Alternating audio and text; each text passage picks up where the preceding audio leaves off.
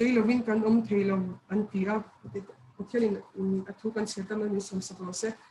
Friday khanin unote khanin minon dia bbm achang khanin sharing ron ti thenge mo covid patient covid positive damte inisia ilo ti thenge mo khatia ka hupu lo ma se kazam ma o kalo ti theng kha katia ma se boini han kazam ma nga chan kan ti chon boina ka ma lo te hi ke aya pathian ina man to te thara ola ma ka u tak tak te ni homa ma se boini kan li so in kha ti pro te thil ti bung khada kan chiara khan ko kil khen kun ka thushe tu te in ni ang atia kan petera te po khan kan thil hmule sha thi soilowin kanom theilawani an ti ang khain boini an ke po covid lawapon thil tam takan lalpa hi covid athushe tu ke ma hena in puang to ma se zanin chu covid chung changa athushe tu kan ni na kan ni indangin zaina heta karon puan hi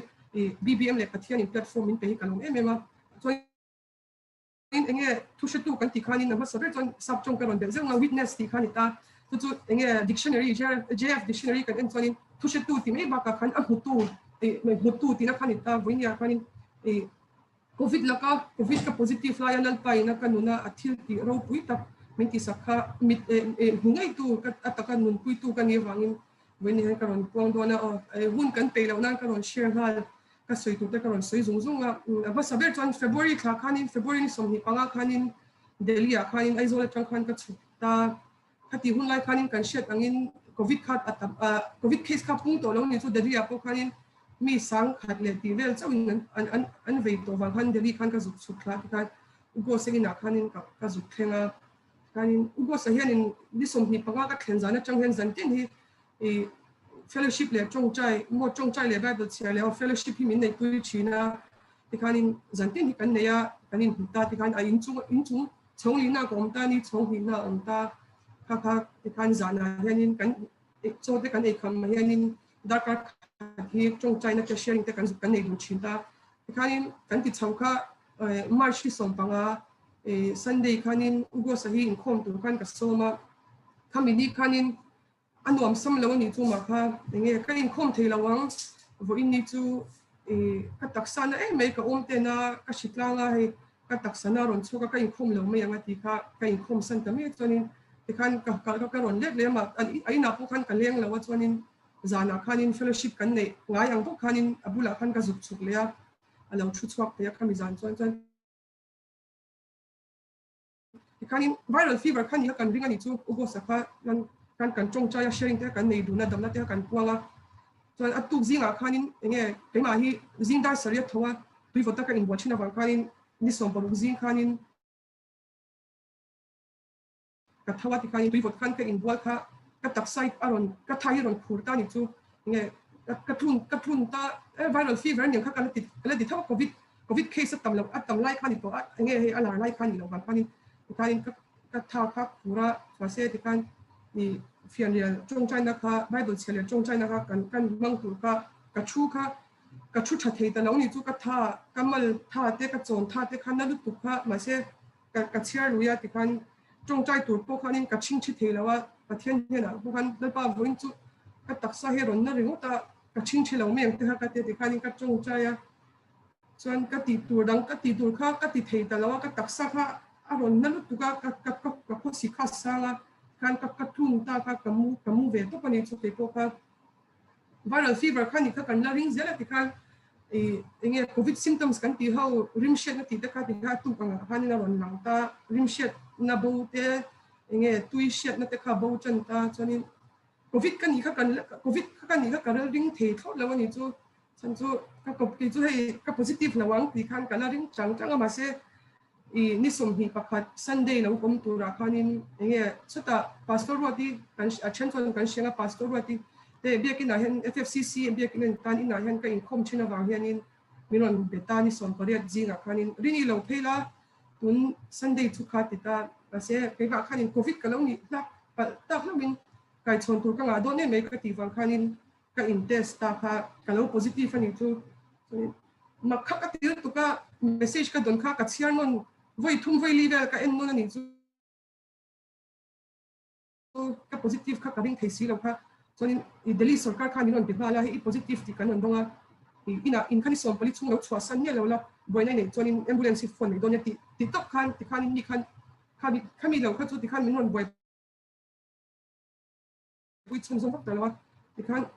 kan soi chho zo symptoms san soi ho kha kan nei chho ta ni chu ka taksa khan ana tu ka kanar te vunga chuan in rim shiat na te bowa ti khan ei tur te ti khan in en kol tu kan la ugo san khan in ke mani chau ka kan ni me mi zo om kha ani po adam lo sa nge aman soi apui ti lawa ani po kha positive in test khelo khan ti khan in boi pui the ko kan ni lawa ko chhalo te khan ti khan in mi kha anang chho ni chu ma se ta khan in nge lal pa ro pui na kha zai nai ka share duwa nge khami ka positive ti ka share khan in han re ru hok na chu ka nei chong lo ni chu ma se taksa ti na tem wang le hu na he ni chu mo nge he kan nei to na te kha akal thui thei lawa ngai to na te him mang ve ka kha hu na kho ral si na tho tu ka nga si ka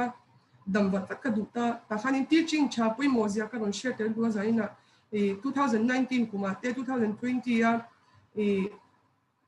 udeni sa te retreat he ta deli anon ne ya dam na puan chat zia te vo na vola ti dam ka ni ti te puan chat zia te kala wai kha to tin YouTube lama direct prince kan sianga chen chuan kan sianga direct prince hian power of proclamation ti ta pathian thu puan chu kan puan chu na phena thil ti theina teaching alo nei kha kala wai kha to china ta khan in idea khamin petani chumo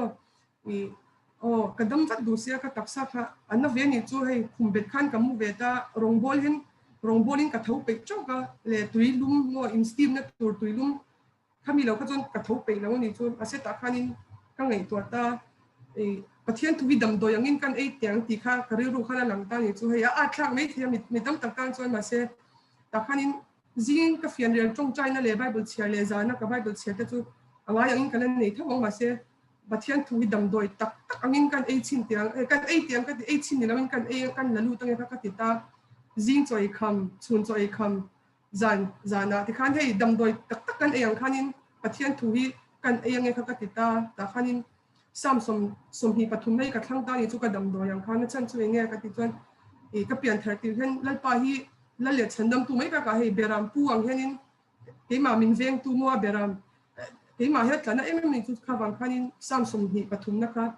thlang ta heni sam som hi pathum nei ni khata voi thum do sangin ka yang ti khan hei choi kham chun choi kham tlaya ti khanin ka yang kha ka ti ta ti khan jin cho ka kham te la khanin ka dam do e hun ta ka tian ka choi ka puang cho ka ni chu ei ti khan ei tak tak thelo ta hei le khain zia ka ni ta i ma se apuan chu khan rin na nen ka puang cho ka in chu puang chuak sa ti ani lawa ta hianin hei han soi sa ti lawa thinung zong in le pa chu min veng tu ni ti khanin ban phan nen mo hei action nen khanin ita tumle itiang in min khamwan thin yang ta khan hei mi do tu ta min huwa ti mo hei ka kut nen ta ha ka phara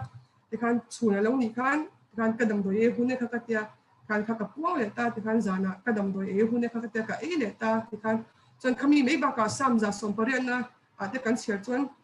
ka thila wanga kadamang ti chon dal pa thil ti ro pui te ka puang chwakang ti te kha ti khanin ka man hun lai khan ka puang chwak ta chonin sam som wa pakhat na chang som paru ka chon dam re na in ka tit lai chela ka chan dam na chu ka huang che ati te ka ti khan ka puanga dal pa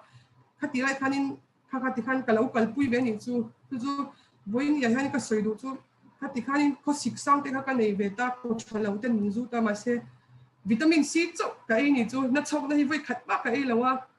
ei law kha nge ei kha chalo ka tin ni lawin ei kha chu lo ka tin ni lawin te ma kha chonin e chu lo ka tia nge dam doi kha hei bible thu ka kala dam doi anga ka man na wang khanin vitamin C ne kha ka chang ko me ni chu chon ta khanin ti khanin ka ron cha chau da nu tu ka lel pa na thona te kha ka muwa chon ka ron share du le pa kha chu khami covid ka ve lai khan ka positive ti mi shi ni chang khanin ka mi tu hi voi khat ma ta lo ni chu lel pa ro puina ni se hei ru nat wang tin mo ka mi tu hi voi khat ma ta lo ma se ka mi tu tlak chang chu lel pa that zia ka shiat te chau khanin hei lel pa lom ka lom wang chau hen ka mi tu tla ni chu pat tu chu tun khang hen na ni lel pa ka nei hu genin ka mi tu tla na chani chu lel pa ka lom wang hi ni thina chonin ka ve chu zong khan voi khat ma manin khong ai na hi ka nei lo ngati ke kher ngati nge ka ve ngati nge ai zo la ka chuin ka ve lo ha ta ka chu ve la ka ve ti kha lo nga tinge ka ti chuanin I ma lali so in min ti sak to mo thosa min tor sak na te enge van khole tui ni na min pek to na te enge I fa ni na min pek te a tharau thiang him chen chin na kan nei te ngai to hianin mani in khong ei na hi leng to lo ni chu to midang te chu kan khong ei thei ma se covid ka ve chung song khain voi khat ma ka ve wangin ka mit tuet la lawa lal paro puina ni se ka ve chung song khain mani in khong ei na hi voi khat ma leng lawa loma wang chawin ka mit tuet ka thin ti kha ka ron puang dua chuanin chumei ba ka ugo sa ka ron sei lang lenga ugo sai pathian thui min ti chak mei bak le pathian min ti chak mei ba ka ugo sa hi tuar chel e mema te aina taksa kha na zo ka ni chu anga ni phe chu a taksa hi dep tuilum na dep chok thin ni chu tuilum chan chu annalu tu kha ma ka anarf te kha khuna sa ugo sa tuar chel lu tu ka hu khanin kanet ngam bik ngi chu ke ma po kha ka wang khanin ani po achunga ka no mema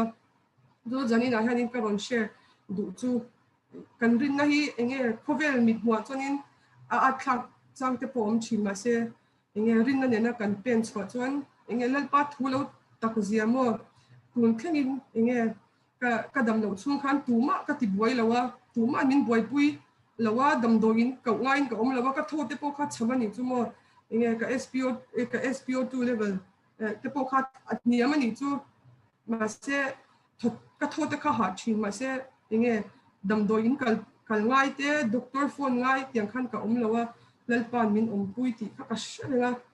chu zaina hian ka ron share duwa chuanin ka share enge top nan bible chang ka ron share le duwa korin thon ni bung khat chang som kha ka ron share anga korin thon ni bung khat chang som chu tianga thi na ra kha ka ta chu pathian in min chan chuak to a min la chan chuak le ang min la chan chuak le zel don ti ama chon be se na kan khata ti thang khani se zaina sharing kan nei te ka sharing kan ngai khak te pathian thu kan ngai khak te lalpa chu in ro pina lo chang ro se